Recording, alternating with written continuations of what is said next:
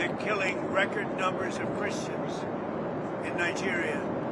And they have other countries very bad also. You know that part of the world, very bad. They're killing the Christians and killing them in very large numbers. We're not going to allow that to happen.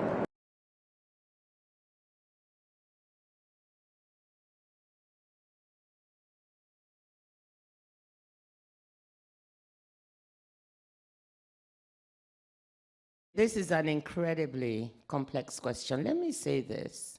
Nigeria is a very complex country. The situation is very difficult and needs careful thought.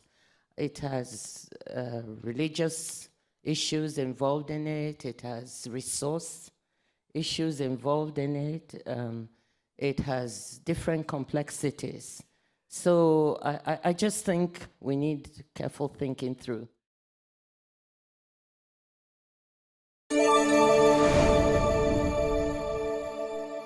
I'm Christine Frizzau in Washington, where President Trump continues to speak out against violence against Christians in Nigeria. Last week, the White House decided to redesignate Nigeria as a country of particular concern through the State Department, and then suggested military action could be on the table. On the ground in the African country of Nigeria, an international spotlight following calls by President Donald Trump to Nigeria's government to do more to stop the persecution and killing of Christians there. Trump was asked on Sunday if he thought the U.S. military would be sent in. Could be. I mean, a lot of things I envisage, a lot of things.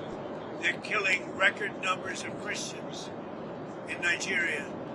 And they have other countries very bad also. These are photos of churches burned inside the country.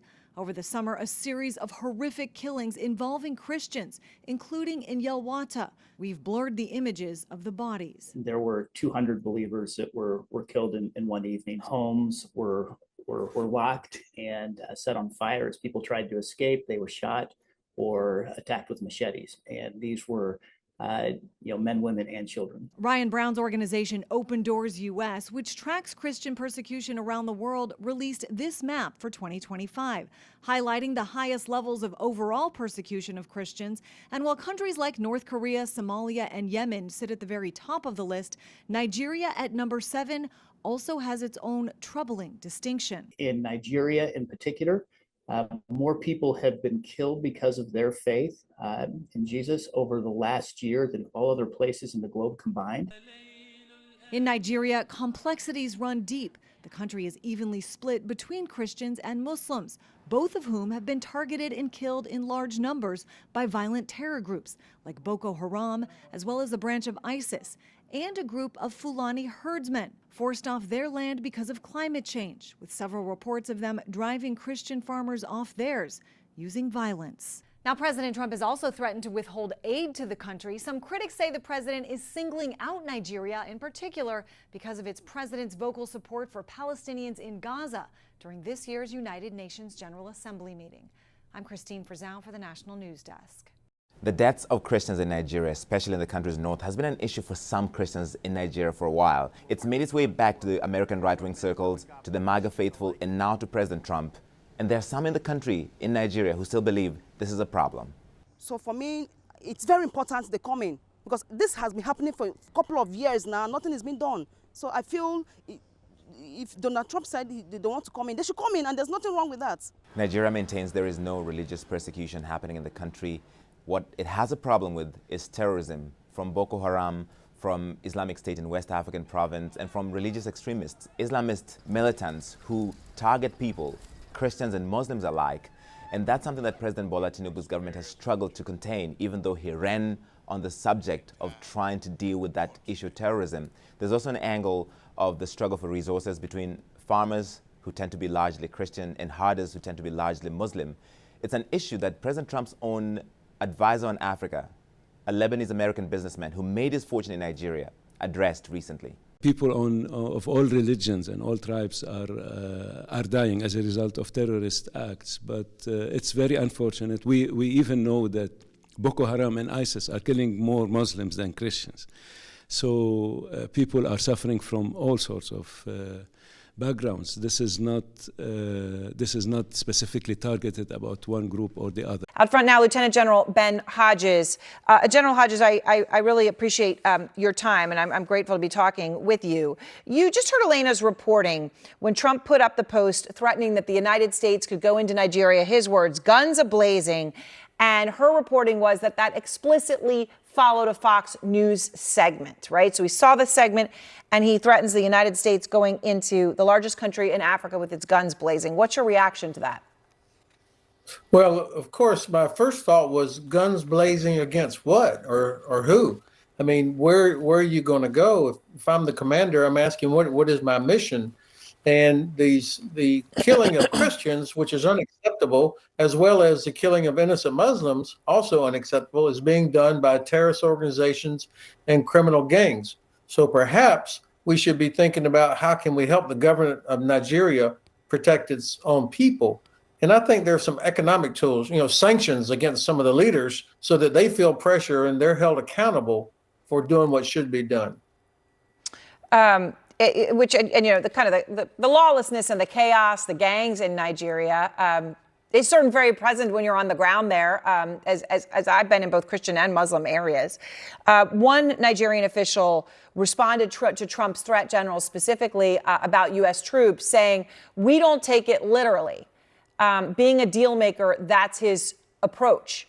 So what does that say to you? Does that actually say that they don't take him seriously, that he's a joke? Or does it say the opposite, which is, okay, we don't take it literally, but let's have a conversation. We're willing to do a deal. How do you see it? Well, I think you could imagine why Nigerians might look at it both ways.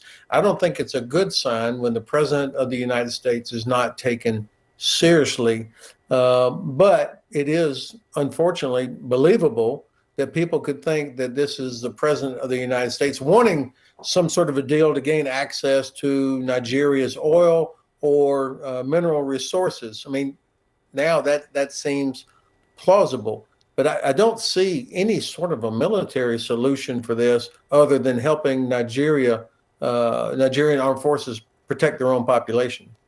I said this came out of left field in the sense because Trump is, all of a sudden threatening Nigeria and deploying U.S. troops there when he's got a massive military buildup going on off the coast of Venezuela and has threatened to get rid of the dictator there, Maduro. Here's what he said last night in that interview on 60 Minutes. On Venezuela in particular, are Maduro's days as president numbered? I would say, yeah. I think so, yeah. So far, this is what we know, General, and we don't know a lot because there is a veil of ignorance that has been put over everything that the Trump administration is doing in Venezuela. But at least 64 people have been killed. We know of 16 known strikes on boats over the past 2 months. That's what we know of, and some of these they've been proud to put out there. But the Pentagon has intelligence suggesting that cocaine is far more likely to be trafficked from Colombia or Mexico, which is nice they're admitting that because that was very well known, instead of Venezuela. So what is the true purpose of these strikes? Is it clear to you? No, it seems to me, and of course, I, like all Americans, hate to see the flow of drugs coming into our country, killing thousands of people. But the audio and the video are not matching here. They're blowing up boats in the Caribbean coming from Venezuela, but fentanyl comes up through Mexico. And fentanyl has been the drug that they've talked about that's so terrible. And so, but the video, the ones you were just showing, that really catches your attention. And so this is the administration saying, look, we're doing something, even though the solution that they're using doesn't actually address the challenge, which then, of course, exactly as you said, because it's not clear what the objective is, it makes you start thinking this is about something else, such as potential regime change. Well, President Trump's comments painting Nigeria as anti-Christian has been met with reactions from the country's president, Bola Tinubu, who says that simply is not a reflection of his country. Also adding that his government has made concerted efforts in protecting the freedom of religion. We also heard earlier today from the WTO chief and former finance minister in Nigeria, Dr. Ngozi Okonjo-Iweala. This is what she had to say on the situation. This is an incredibly complex question. Let me say this. Nigeria is a very complex country. The situation is very difficult and needs careful thought. It has religious issues involved in it. It has resource issues involved in it. It has different complexities. So I just think we need careful thinking through. Now, complex is certainly the word to describe the issue of insecurity and insurgency in the country. And even though religion is a very important fault line in Nigeria, it's not the main driver of the violence. In fact, according to reports from individuals that have been monitoring the violence over the last few years, they say more Muslims are killed in these attacks. And the reason for this is because groups like Boko Haram or other ISIS-affiliated groups carry out their attacks primarily in the northeastern part of the country.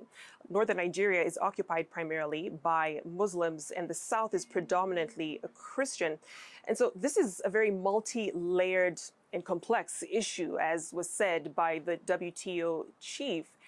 And it brings other issues such as conflicts over resources like land and livestock between herders and farmers. And so it definitely points to this issue of geography being a bigger determinant as to who is a victim than it is religion or faith. Victoria Rubadiri, CNN, Nairobi.